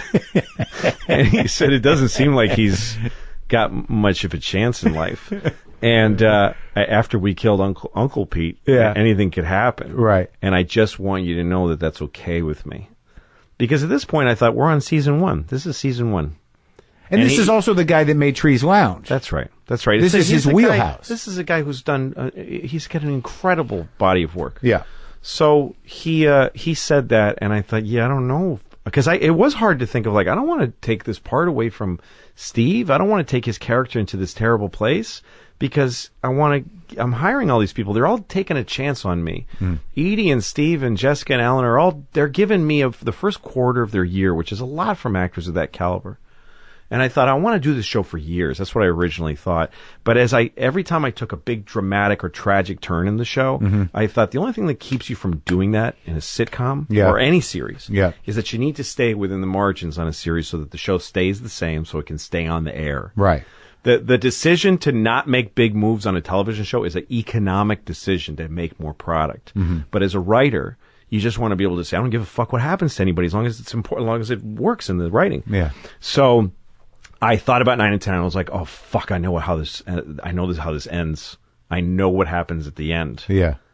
I don't want to do it. I don't want this to end like that. I don't want it to, but I have a feeling it's going to happen. So I stopped writing. At 8, I said, I'm not going to write 9 and 10. Yeah. I want to start making the show and see if I can come up with a better 9 and 10 that gives the show a longer life and gives the characters a better outcome. So I started making the show, and once in a while I'd go back to 9 and 10, and it just kept. So you're shooting week to week. You're knocking them out in a week. So I've been having people come to my house. The whole cast, they come to my house and they read. Yeah. The big 4. Yeah. And then people like Mark Normand, Lisa Traeger, who's just a comic who started at the Cellar recently. Yeah. I liked them, so I had them come to read the parts at the bar. Lisa, I didn't know if I was going to put on the show. I was like, could you come and read one line but read a bunch of other characters? Lisa Traeger. She's a comic. I like her. Right. Michelle Wolf, really funny, strong comic, funny voice. Come on and read this part, and Tom Noonan, who I'd used in my other show. Great actor. Fucking great actor. Got him involved. Stephen Wright, Kurt Metzger. So I started, but I didn't tell them what they're doing. I said, just come to my house on Monday. And then out of nowhere, we get Burt Young. Yeah, exactly, Burt Young. So they all come and they sit down at my table and we all read. And over the whole fall, I read this episodes again and again, read them as much as I could. I had this thing in my head from All That Jazz. the movie, sure. where he's running a dance again and again. Yeah. And he's like bent over at the waist with a cigarette hanging out of his mouth. He watches them pour their hearts out. Yeah. And then he just goes, do it again. Do it again. And I thought, I got to be that good on this. And I did it to myself on the scripts. I'd read through them, do changes, cut little things, make it better, make it better, make it better. I said, this has to be fucking great. So I worked like that. And then now it's time, when it gets to be January, we've worked really hard. We haven't made anything. We haven't made a single fucking thing. Yeah. And I try to figure out this workflow. How do we make this show? How do we actually do this? Yeah. How do we deliver the show on a weekly basis? Right. Obviously, I'd left spots, like a lot of dialogue at the bar was like TBA because I wanted to see what happened in the news. And we would run that. Like Tuesday, I figured we'd figure out what we're going to talk about in terms of current events. Right. So that's generally what I did. So that would run through Kurt and... That's right. Yeah. So we've got 4 cameras and a control room. And I'm the director. And I'm used to directing myself, but I need a live switch. I need the cameras to be switching from one to the other in a way that we're going to be able to use on the air. Yeah. So we start rehearsing it, and every time I'm looking over at the cameras. Every time somebody talks, all the cameras come over to that person. Right. And then another person talks, and they all go over there. Yeah. It was fucking madness. And we're not Saturday Night Live people. I mean, they know what they're doing. We don't know how to do it. So I sat in the control room the first week, and I sent the cast home and replaced them all with stand-ins and ran the scenes with stand-ins. Yeah. And there was these highlighters sitting on. I'm sharing this because I want to open source the show because anybody who wants to do this should be able to do it. Right.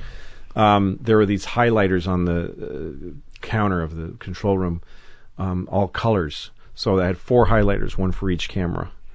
And what I did was I colored the dialogue on the script with the color of the camera that should be covering that dialogue. Oh, and I walked through the show. And every time that a camera's position switches, like next to the dialogue, I wrote, a single on Edie. So that's what camera 1's assignment is. Yeah. And then the next time you see camera 1, if that assignment is changed, you go 3-shot Edie, right. Steve, Right. You created a system. That's right. And I invented one. And I had so many times during making this show where I thought, it can't be done. The first week, I was like, we can't do this. Yeah. No one can make a show this fast of this breadth. We can't do it.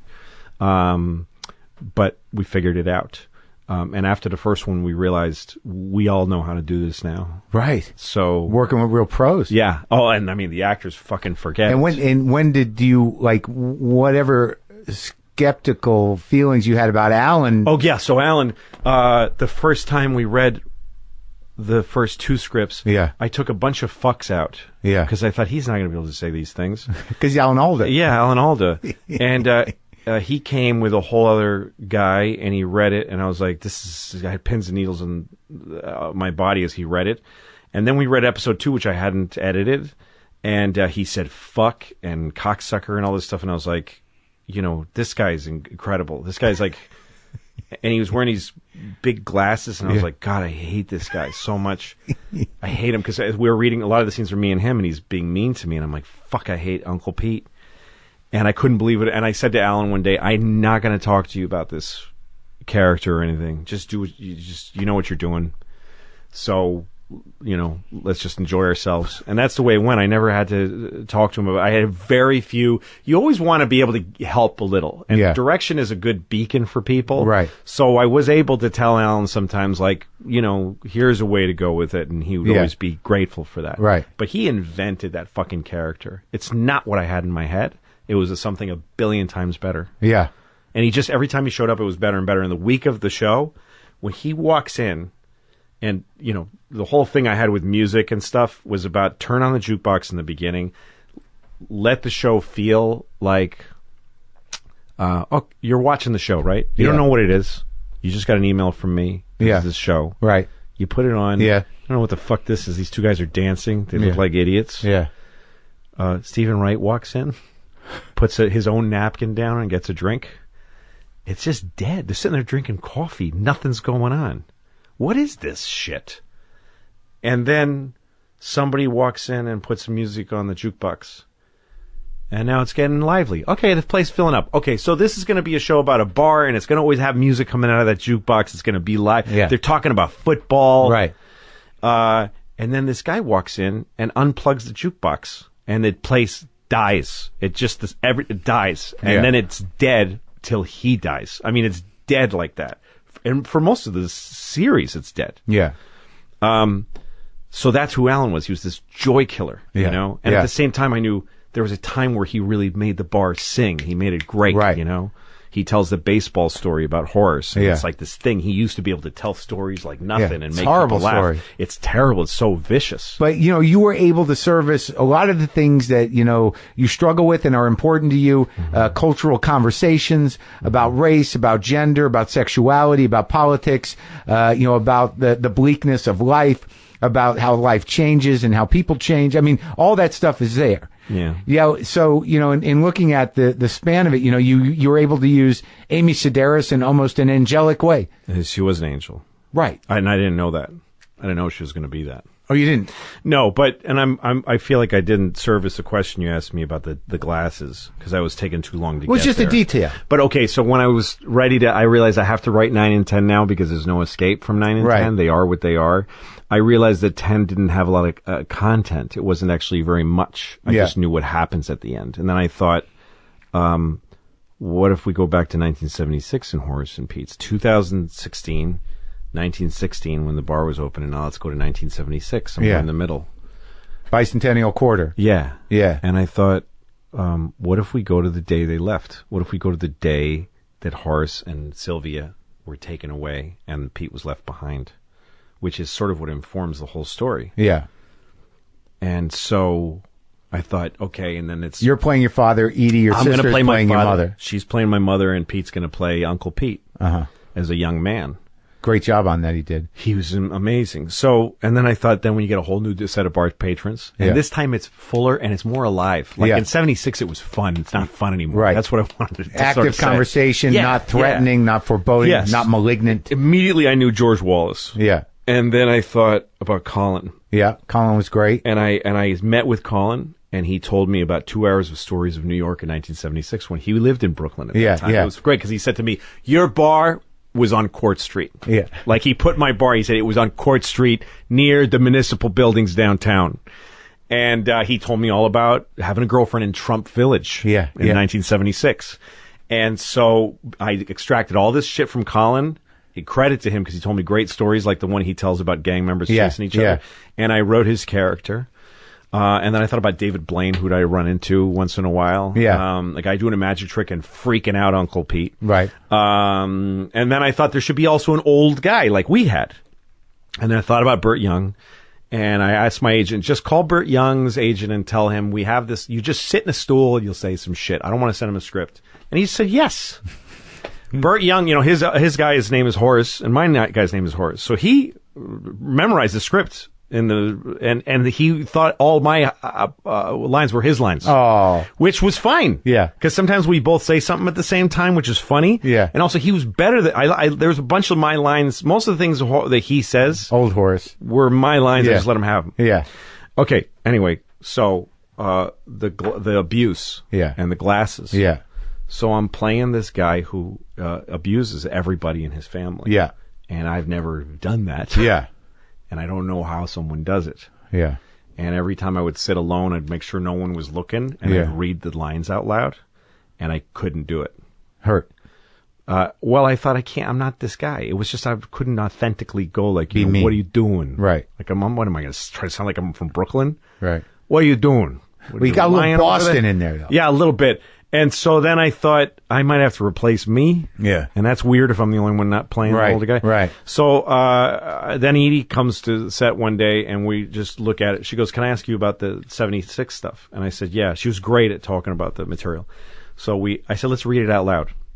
So now I'm looking at Edie, who I've been working now with for 8 weeks, who I've gotten a tremendous amount of respect and affection for, who I really love and I believe is my sister from all the time of playing the parts. Mm-hmm. And now I look at her, she's my wife. It's easy to feel that way. Yeah. I love her. I trust her. Right.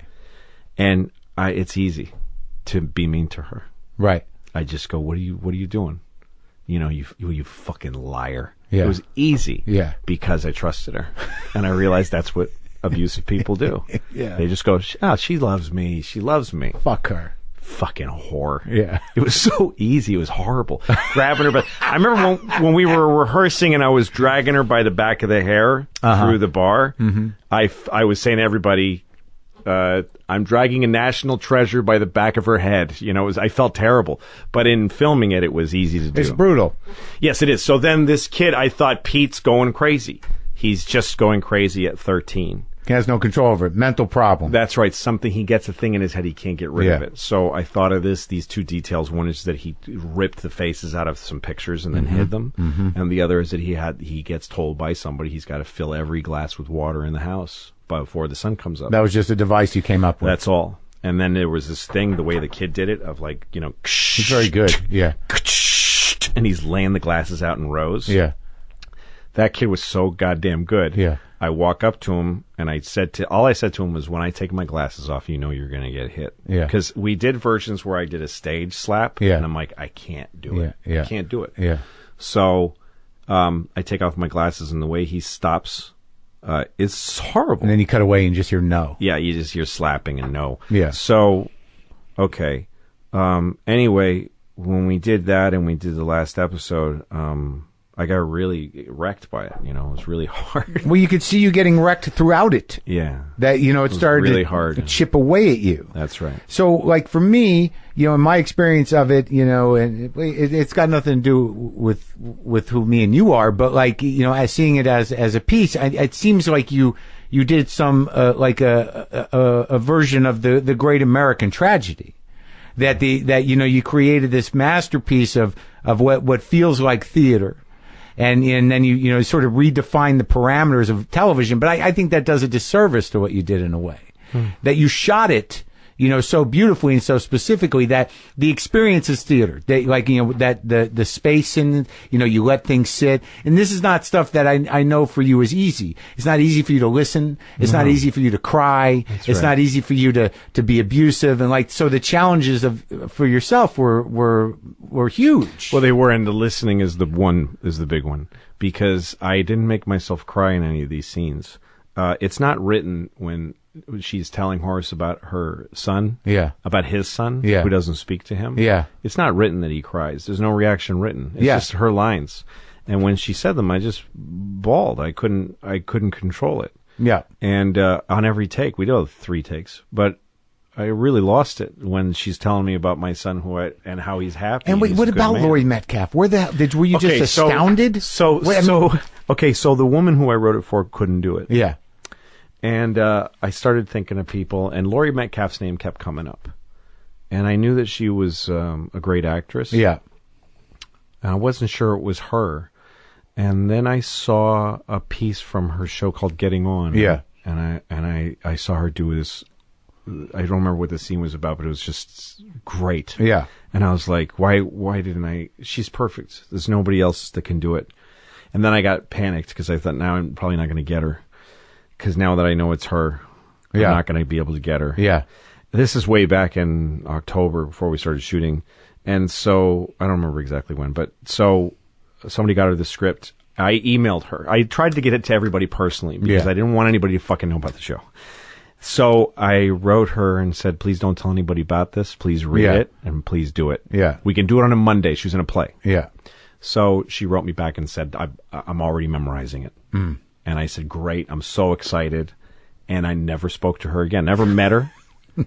She just took the part. Yeah. And then that was it for that. Then episode 3, because episode 3 was just me and her talking. So there was nothing to do. Yeah. There was no logistics to it. So, but you had no experience previous to the scene of what she was going to do with it. No idea. So were you just sitting there going, what? Yeah. So episode 1, episode 2, and putting the show out, absorbing the reaction from the show, all of the freakish life of all of that. Yeah. Now it's time for episode 3. And I'm like, fuck. I got to do episode 3 now. That's Laurie. That's right. Laurie's doing it. Fuck. I hope this is good. I don't know. I never talked to her. Yeah. Probably should have brought her in a few times. So she came the Friday before we shot it. We shot it on Monday. She came in on the Friday before, and she sat down and she read it with me. And I thought, Jesus, motherfucking Christ. Yeah. This is really huge. Yeah. This is a huge thing. and I didn't know it because I hadn't looked at the script. Yeah. I don't know the lines. Right. And she needs me to just catch and throw and toss back. Yeah. That's all I have to do, and I'm not ready to do it. Yeah. And God damn it, I didn't know what this was. I forgot about it. Yeah. And when she read it, I was like, she's vulnerable. She's ashamed. She's turned on. She's scared. God damn it. And I thought, this is the biggest thing I ever did is just this one stupid dialogue. This is the most important thing I'll ever do. Right. And we're doing it on Monday. And I'm really tired. Yeah. And so over the weekend, I got as many people as I could get to come over and read with me. I don't prepare. Yeah. People came over and read it with me. I had to know it perfectly. I read it again to and be there for her. and again, just for her. Yeah. I got nothing I have to do, but not fuck her up. Because she needs to do this all of a piece. Yeah. And the hardest, talk about listening. Yeah. 10 minutes of looking at an actor telling you a story where you're not on camera, where you're just trying not to derail them. Yeah. So, yeah, I took all weekend, worked on it. And then on Monday, it was like a closed set, like when you do a sex scene. Yeah. That's what I told the crew. Yeah. No one unnecessary on set. Quiet. And I set up the shots and the sort of game of how to shoot it. And then she came in and then we sat down and it was dead quiet in that fucking place. Oh, Alan Alda coming in at the end. We had shot that already because he left town. Yeah. Yeah, so we sat down and did it the first take. I figured we'll get a few takes in. First take, we kind of had it. I mean, she kind of nailed it on take one. Yeah. And I was like, God damn it, Lori. Okay, let's do one more. Second one is far better. And that's all we ever did in the first half of this episode is two takes. And then we did another one of the second half, the dialogue between me and her. And when she told me about my son being a good man and making good choices, I just felt so many things, and I couldn't hold it in. And that's when this show started to shift for me, because I was really getting involved emotionally as an actor without trying. I didn't have to go and think about sad things. I just opened up to these people. Right. And that speaks a lot to, your experience with, your mother. And being there for your mother. That's right. And having two fucking sisters. Three. Yeah. Like the amount of emotional space and the sort of the gift of these characters to the women in this show is sort of mind-blowing. Like, it's a beautiful thing, but I think that comes a lot from stuff that you really haven't reckoned with publicly. No, it's true. Your relationship with women is complicated, and it goes back to when you were a nothing. That's right. A child. That's right.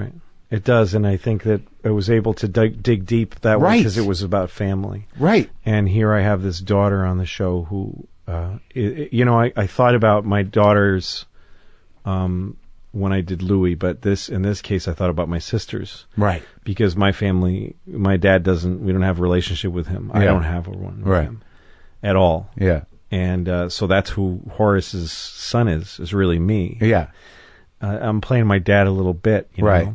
And then, but I have one sister who stays in touch with him. Yeah. And I hope I'm not divulging anything private, but I asked her once because she has a hard time with him. Yeah. But she stays in contact. Uh-huh.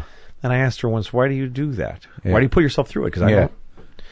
She said, well, he's part of me. Your parents are part of you. Right. And I feel like if I can accept him, not forgive or even like, right, but if I can accept him and be open to him in my life, that means I can accept and be open to parts of myself that I have a hard time with.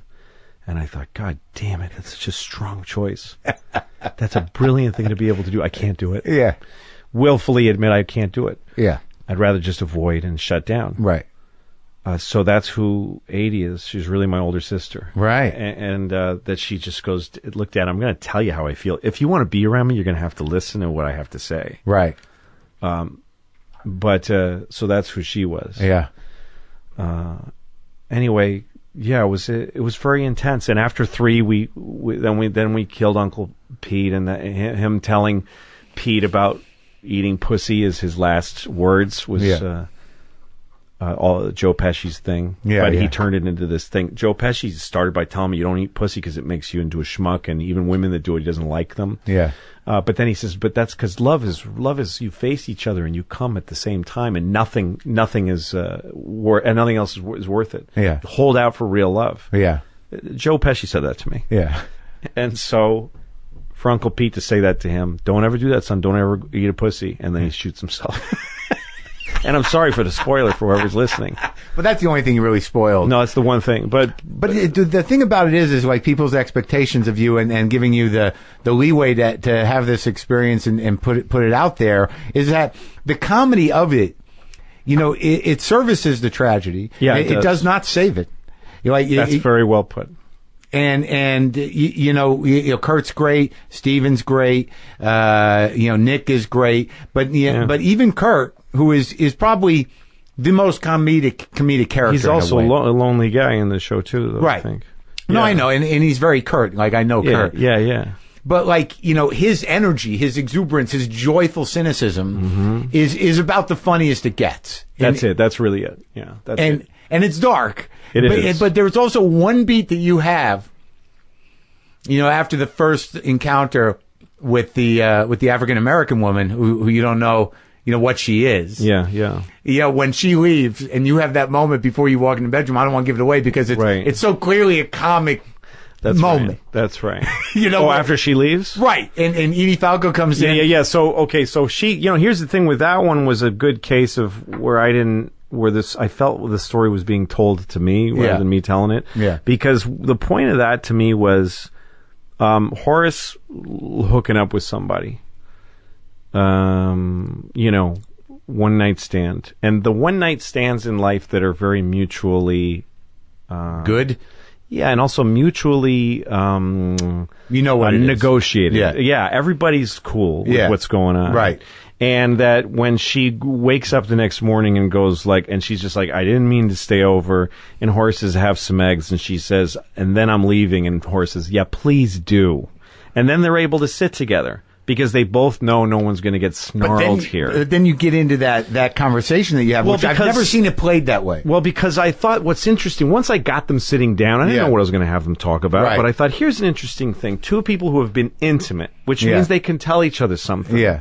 But they have negotiated we are never going to see each other again. Yeah. Which means they can tell each other things without fear. Yeah. That's a big deal. Right.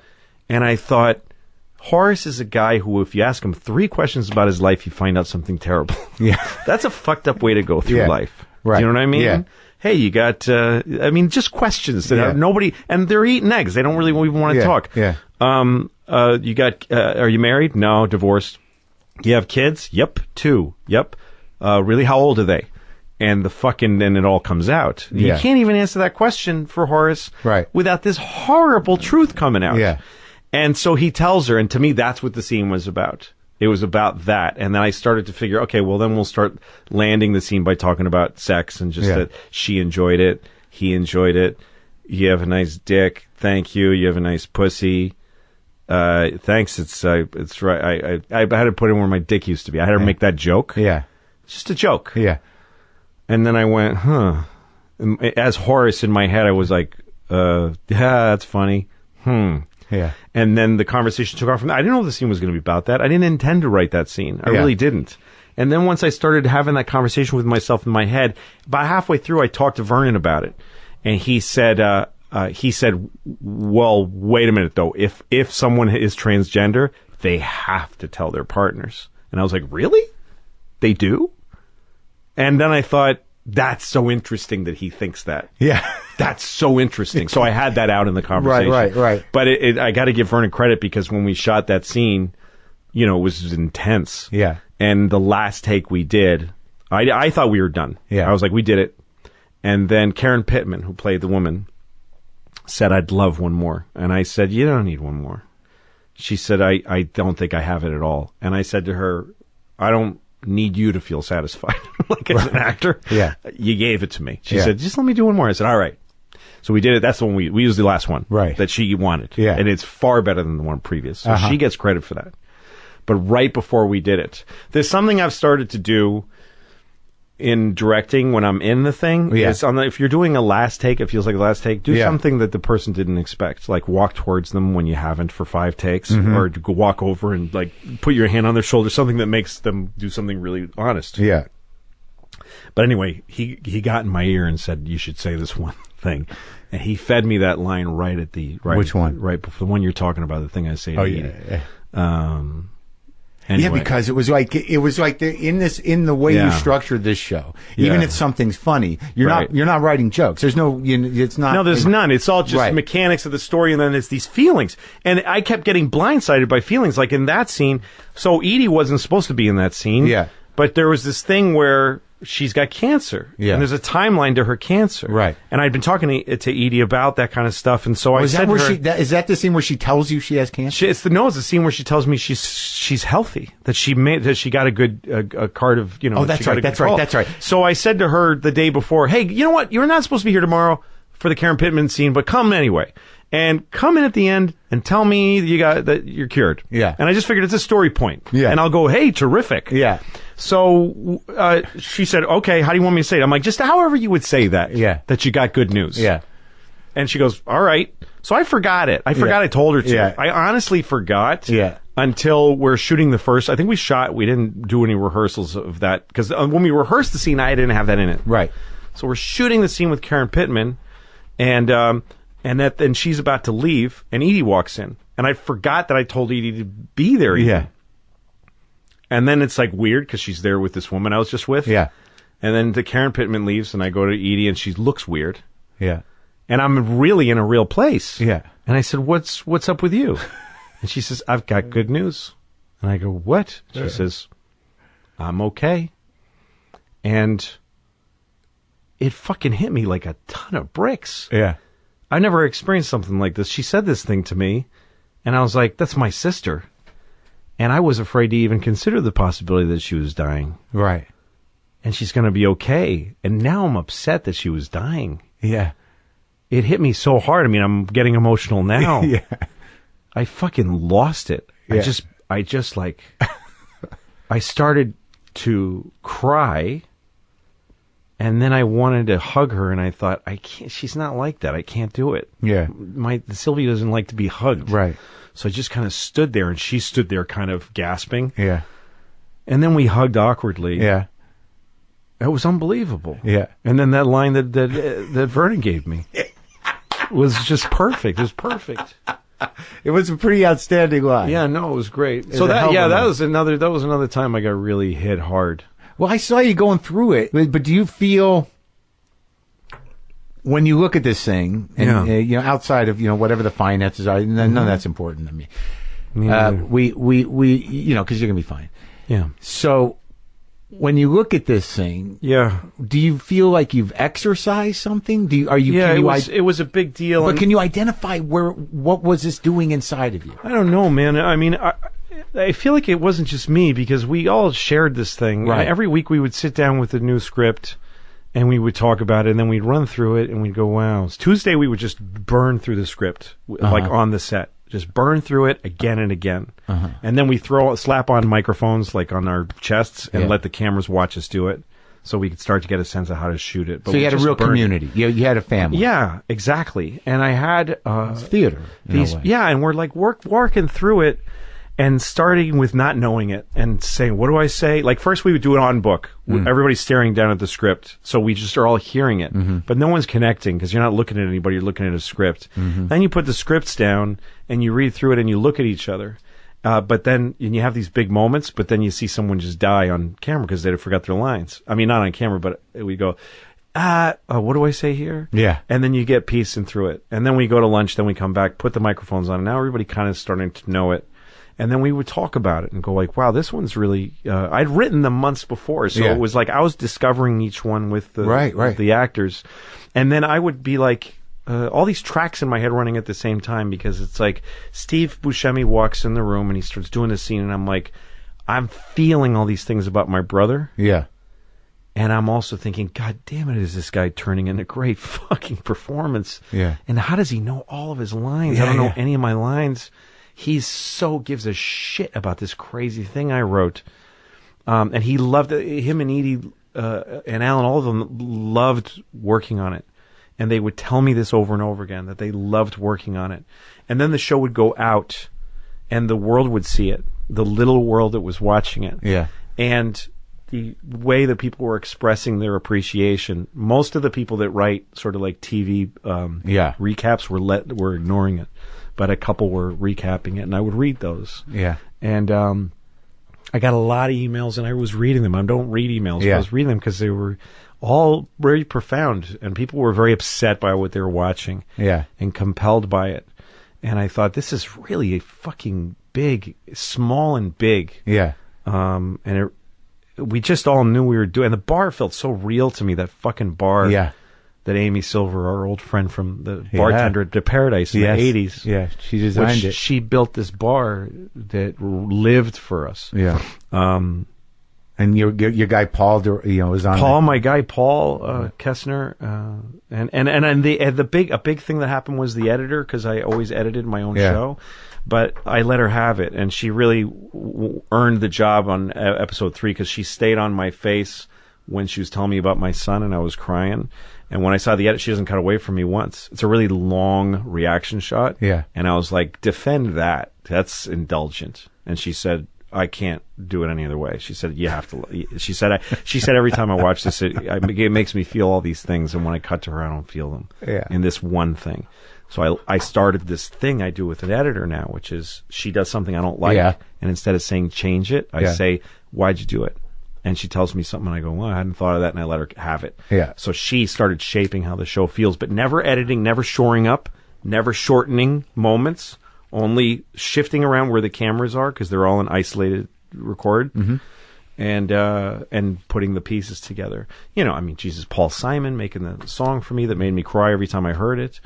And then he shows up in the last episode. Yeah, he shows up in the last episode, and then the way we used America, Paul and I would become pals at that time, and he told me, he said the sound of silence. Yeah. Paul Simon said this to me on your show is really deafening. It's really hard to take. He said, put a little music in there, make it come out of the jukebox. Yeah. I said, well, I got to get that music somewhere. And he goes, well, why don't you use your favorite song? And he was being nice, because I had told him that America is my favorite song. And I said, can I have it? He said, of course you can have it. He gave me America. But yeah, and then when it came down to that, and when Pete had left for an episode and he was gone, there was this episode about Pete being gone. Yeah. I was such a mess that week, because I missed Steve, and I was scared for the character, and I was mad at myself for writing what I did about him. So you're having this very real personal struggle with your creation while you're acting in it. Yeah, so I don't know where it all came from, And I did something I never did as an actor, which is I resisted feeling anything. I was like, I don't want to feel this. It's too much. Yeah. Like I really did. I was like, I don't care if the show's good or not. I can't let these feelings out. It's too much. Well, the personal catharsis of you engaging this way, and having these I'm sorry I keep going. Very real experiences. No, it's great. The thing that was important to me, one thing about the way I did it, was I didn't want to have to tell people, like, I promise you this will be funny.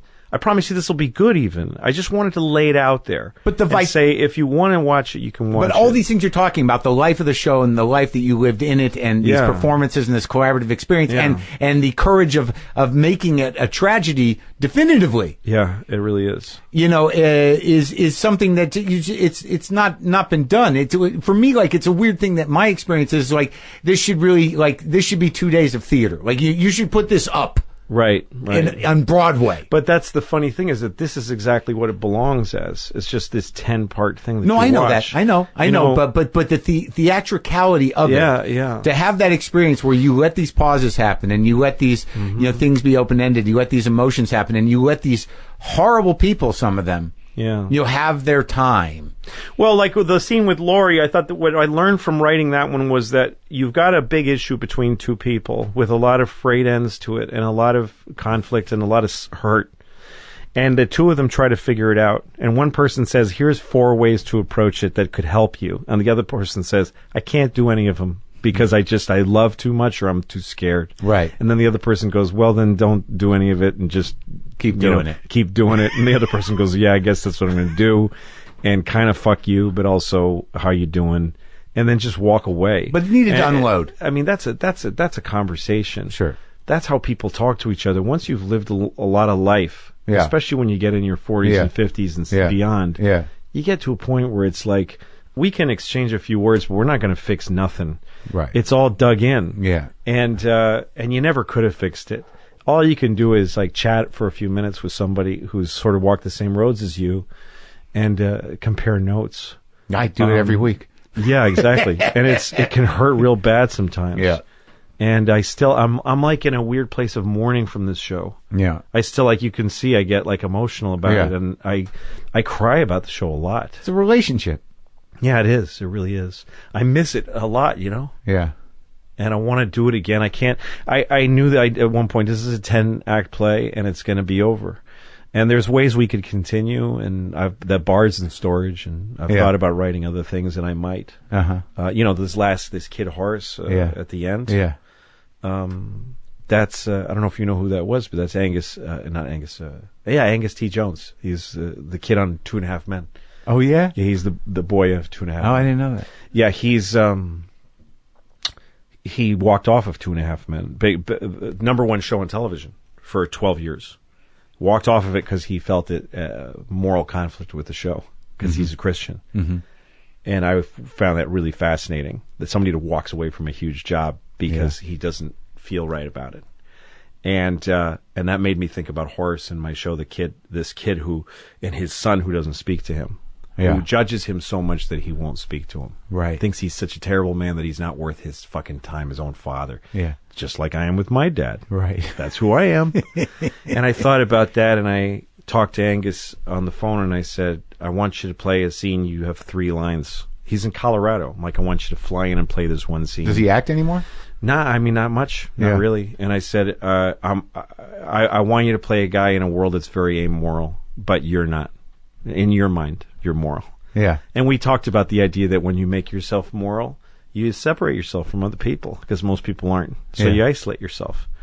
And he came and he played that part. So there's ways forward with it, and I don't know if I'm going to take them. I may leave it at where it is. But one thing I know for sure is that I'll do something like this again. Right. That's it. Well, that's the important thing. Yeah, I will do something just like this again. For sure. You've outdone yourself, and you've taken yourself personally and creatively to this other level, and you've discovered amazing truths. And the only thing that matters to me is that I can keep doing it, and all I need for that is for it to get close, at least, to being like it never happened financially. Yeah. And then I'll put it on somewhere like Netflix where a lot of people can see it and sample it. They won't have the experience that they had. The people, the secret people. They'll never. No one will ever see it the way they did. Yeah. Until I do it again. Yeah. Which is this, but nobody will ever see Horace and Pete that way again. That you don't know how many you're going to see. You don't know what the next one's going to be. You don't know when you might see the next one. Right. I mean, for the first few weeks, nobody knew it was going to be every Saturday. Yeah, I didn't promise that. Yeah. That'll never happen again. Or that something like this would never exist and then it did. That, no matter what I do, I'll never get that back again. I'll never get the thing back of posting it on my website and sitting and watching Twitter. Yeah. And then sending out the email and seeing Twitter, somebody writes, what the fuck? What the fuck is this? Did anybody get this email? What the fuck is this? And I'm like, it's 68 minutes, so they haven't watched it yet. 20 minutes in, people are like, I saw the whole thing. It's great. They couldn't have. They couldn't have. They were just that eager to say something. But just to watch the world take it in, and it was such a fucking wonderful thing. It was worth all of it. So I'll do it again. I don't need to make money on this. I don't need to. You know, I like a lot of people to see it. Yeah. LouisCK.net. LouisCK.net. It's $31. You can just watch the whole season. Just fucking, like, I don't get $31. That's a week of coffee. Yeah, I don't understand how people prioritize things. They can't, you know what I mean? Like, people want to feel like it's fair. This is why. And I understand it now because I studied this. Yeah. It's not that they feel like that's too much money. I can't afford it. Yeah. It's that they don't want to be ripped off, and they want to feel like it's on equity and the thing that they didn't think through, which why would they? Is that I'm on the head of the stream of this thing. I'm like in the mountains of the stream. And most shows make their first round of revenue on ads. Yeah. And then by the time they get to Netflix, they've made some profit already. Yeah. But I don't have that. This was the first. The people watching it, they're the first run people. Right. And that had value to some people. And they watched it. Anybody who didn't have value to, I didn't care to convince them, Yeah. or to advertise to them or promote to them. Right. I could have easily. Yeah. But I thought it's better to let it grow exactly the size of people that it really need. Right, and also that just by nature of it, fundamentally it's not for everybody. No, it sure isn't. It would have been a real mistake to get out in front of this show and say, this is going to be great, it's going to be funny, and to have billboards and shit like that. And especially because I was coming from a place, this is a weird part of it. I had a show on for 5 seasons. It was nominated for Best Comedy Series the last 3. Yeah. We won a bunch of Emmys over the years. So I realized the success of my show is going to hurt the next thing I do. It's going to hurt it. It can't help it. It's going to bring too many eyeballs and expectations to it. And especially once I realized what this thing was. Well, but I thought if I bury it deep in a fucking mountain and it has like a little beep beep signal, like only the people will come to it who are likely to like it. But also, you created the space to allow yourself to grow creatively. You did what an artist does. Because this business is built on people repeating themselves. Yeah. Even your show. Very good point. Yeah. Structurally, yes. It became not predictable, but it's like there was a stylistic predictability to it. Yep. And that's what made it, what made people kind of like, oh yeah, it's Louis. That's right. That's right. So in order to disengage from that, you had to disengage from it. That's right. I had to completely. Right. And then start from somewhere so far away from the center and just quietly drop it. Not even ask people to watch it. Just tell them it exists. Well, then I'm not asking for nothing. I'm just making it. And you guys come if you want. Well, you're the real fucking deal, Lou. I love you, Mark. I love you too. You did a great thing, buddy. And there's not many real artists around, and Jesus Christ, buddy. There's a bunch. There's a bunch of them, and nobody's paying attention. No, but just I don't want to discredit anyone's art, and I know there's a lot of real artists, but to be at the stature you're at, and to afford yourself and take the risk to find the freedom to take a tremendous risk on so many levels, and really insulate yourself long enough and thoroughly enough to do it and execute it. Not everybody does that. Well, it's a short life, and if you keep repeating your success, you're living shorter time. Like, in other words, you're going to end up looking back at your life in sections. Right. And so, not in years. Yeah. So, for me, it's like the years I did Louis. Yeah. And that's one. Yeah. That's a one thing. Right. Then there's the Horace and Pete. That's one thing. Yeah. If I did Louis for 15 years, that means I got less. Do you understand what I mean? Yeah. I wanted to do more. I wanted to make more. I want to do a bunch of shows before I die. I'm 48, and most people make it to, 80 if they're good. So I ain't got that many left, I know. Me neither. I'm having a hard time knowing what to do with my mornings. Yeah. Exactly. It's an interesting and it's a luxury problem in some ways, given our positions. It definitely is, and I don't know. I don't think but it's an earned luxury. Sure, because a lot of people that are coming up, they look at guys like you and guys like me, and they go, "Well, look what they got." Yeah, I mean, they don't have to worry because look what they got. Look at the opportunities they got. Yeah, we worry all the time. But how did we get to this place? We do have advantages. Mm-hmm. And the luxury of some choices. Right. But how do we get those? What did we do to pay into those? Were we born with that? No. We fucking slogged it with no hope of reaching this. I know. For each of us, about 25 to 30 years of just running in place and building skill. And not knowing if anything was going to work out. Not knowing if it was going to work out. And thinking, actually, the odds were very against. Yeah. And you and I both suffer from PTSD from our early careers that we're only now starting to reckon with.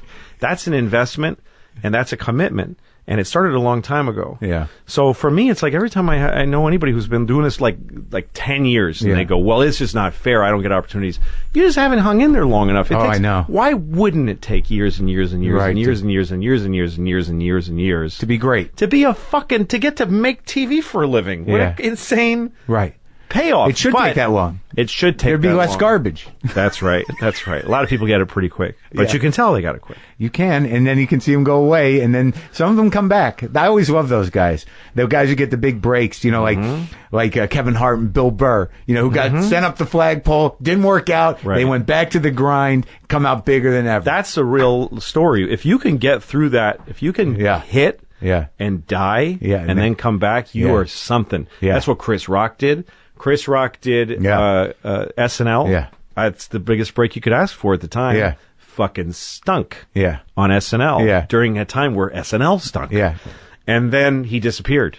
And I was like, that's what happened to Chris Rock. Yeah. And then there was, I think you might have been with me when he came to Caroline's to headline for an hour. So we went, let's go watch Chris Rock do an hour. Yeah. And like, I mean, while holy we're shit. we're sitting around New York, like, why doesn't somebody give me something? Yeah. Yeah. I'm funny. I got 20 funny I want to minutes. do Letterman. Yeah. And then we sat in the back and watched him do an hour. And at the end of the hour, everybody's on their feet. Yeah. And all the comedians are bent over with their heads in their hands going, what the fuck am I doing with my goddamn life? Right. God damn it, is that guy good? So, but yes, the hitting and then dying and... Well, I'm fortunate in climbing that out of it. I'm still waiting to hit, which is a great feeling. You have hit. I'm kidding. You've offered the something. slow build. Yeah. All right, buddy. I love you. Go do your Love you too, shows. man. Thank you. Yep.